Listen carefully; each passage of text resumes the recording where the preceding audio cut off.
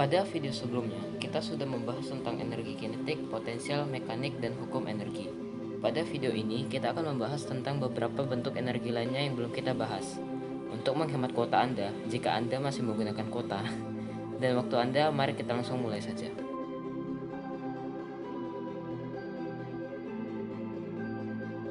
Di video sebelumnya, kita sudah mempelajari bahwa energi dapat memungkinkan kita untuk bergerak, dan kita sudah mempelajari hukum kekekalan energi.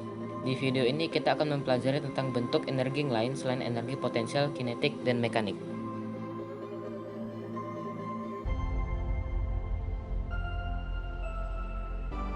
Energi panas adalah energi yang dihasilkan akibat pergerakan atom dalam sebuah benda. Ketika atom sebuah benda bergerak, maka energi geraknya atau energi kinetik dari atom tersebut akan dilepaskan ke dalam bentuk energi panas. Energi panas diukur dalam suhu, yang biasa diukur dalam satuan derajat Celcius. Satuan Celcius adalah satuan untuk energi panas atau thermal yang ditemukan oleh Anders Celsius pada tahun 1742. Satuan Celcius digunakan di seluruh negara di dunia kecuali Amerika Serikat, Liberia, dan Myanmar. Ya, hanya 3 tersisa negara di muka bumi yang masih menggunakan satuan imperial yang menggunakan Fahrenheit untuk standar pengukuran suhu. Satuan Celcius merupakan satuan suhu yang didasarkan pada suhu air murni yang berubah menjadi es di 0 derajat Celcius dan air murni mendidih pada 100 derajat Celcius. Seperti yang tadi sudah dikatakan, energi panas terbentuk karena getaran atom-atom suatu benda. Jadi, karena getaran atom inilah yang menyebabkan sebuah benda berubah bentuk atau wujud. Contohnya pada benda yang berubah bentuk, sebuah benda dengan berbahan besi ketika diberikan panas, maka atom benda tersebut akan bergetar sehingga tercipta ruangan kosong yang terbentuk karena getaran atom tersebut, dan menyebabkan benda tersebut bertambah besar ataupun berubah bentuk. Semua benda dapat bertambah besar atau berubah bentuk jika terekspos ke sumber panas. Selain berubah bentuk, benda juga dapat berubah wujud akibat energi panas. Contohnya adalah air murni yang sedang mendidih.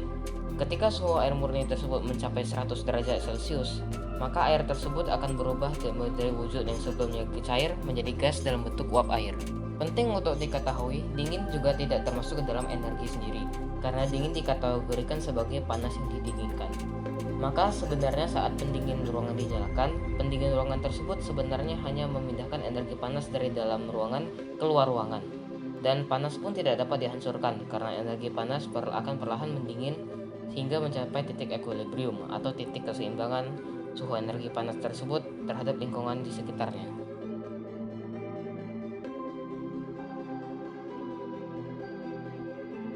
Listrik berada di mana-mana. Bahkan untuk menonton video ini, kamu membutuhkan listrik dan untuk memperdayai perangkatmu.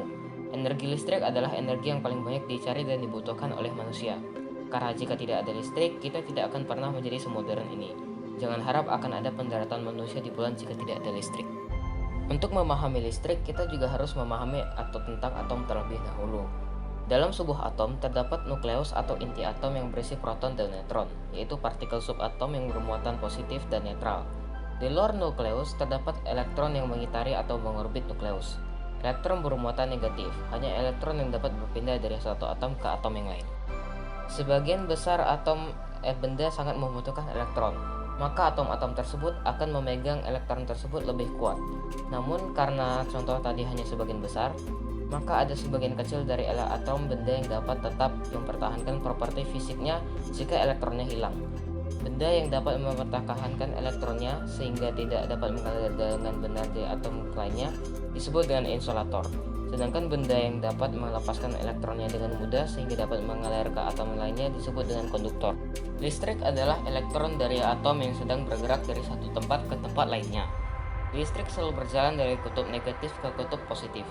Penting untuk diingat, partikel yang bermuatan sama akan saling menolak, sedangkan partikel yang bermuatan berbeda akan saling menarik. Inilah yang menyebabkan kenapa listrik berjalan dari kutub negatif ke kutub positif.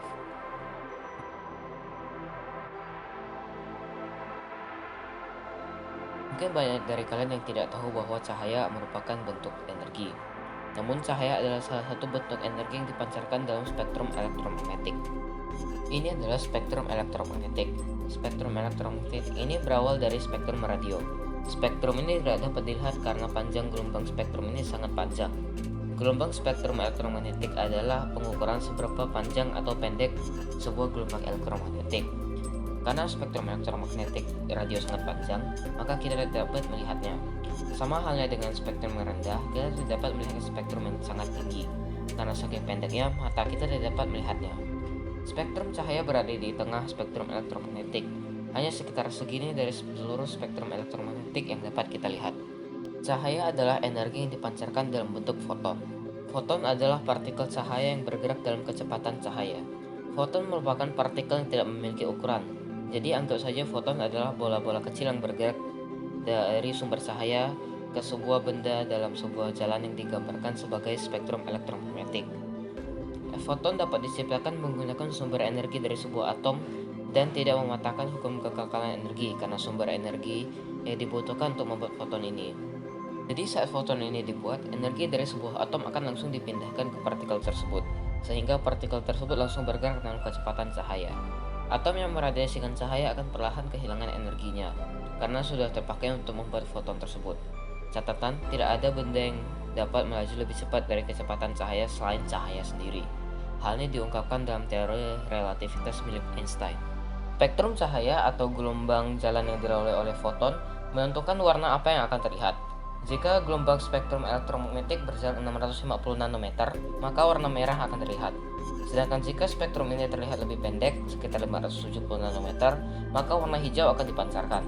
Dan jika spektrum ini dipancarkan dalam panjang gelombang sekitar 540 nanometer, maka warna biru akan terlihat. Namun, jika semua warna dipancarkan, warna putih yang akan terlihat. Ini adalah 3 warna utama. Dengan 3 warna ini, kita dapat membuat semua warna yang ada. Panjang spektrum inilah yang menentukan warna apa yang akan dilihat mata kita.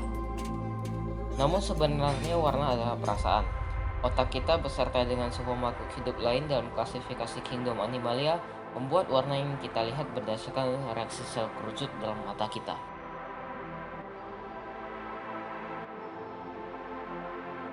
Energi bunyi adalah energi yang terbentuk karena perpindahan suatu energi ke sebuah benda dan mengakibatkan benda tersebut bergetar.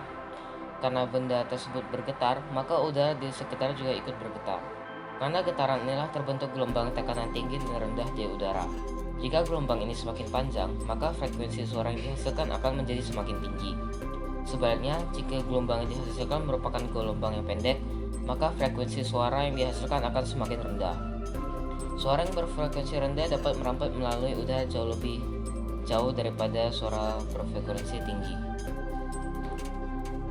Perlu diingat bahwa frekuensi suara adalah jumlah besaran tekanan tinggi dan rendahnya suatu suara atau getaran yang terjadi dalam satu waktu.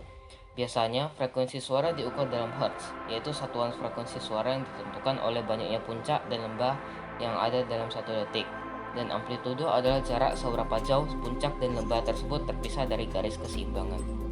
Panjang gelombang suara yang dihasilkan ditentukan oleh seberapa cepat sebuah benda beresonansi. Telinga manusia hanya dapat mendengar suara berfrekuensi dari 20 Hz sampai dengan 20.000 Hz saja. Ada 3 jenis suara, yaitu infrasonik, audiosonik, dan ultrasonik. Infrasonik berkisar dari 0,001 Hz hingga 20 Hz. Audiosonik berkisar dari 20 sampai 20.000 Hz. Dan ultrasonik merupakan frekuensi suara yang lebih dari 20.000 Hz. Ada banyak bentuk energi, dan kita hanya membahas beberapa dari bentuk energi tersebut. Sekian dari saya, terima kasih.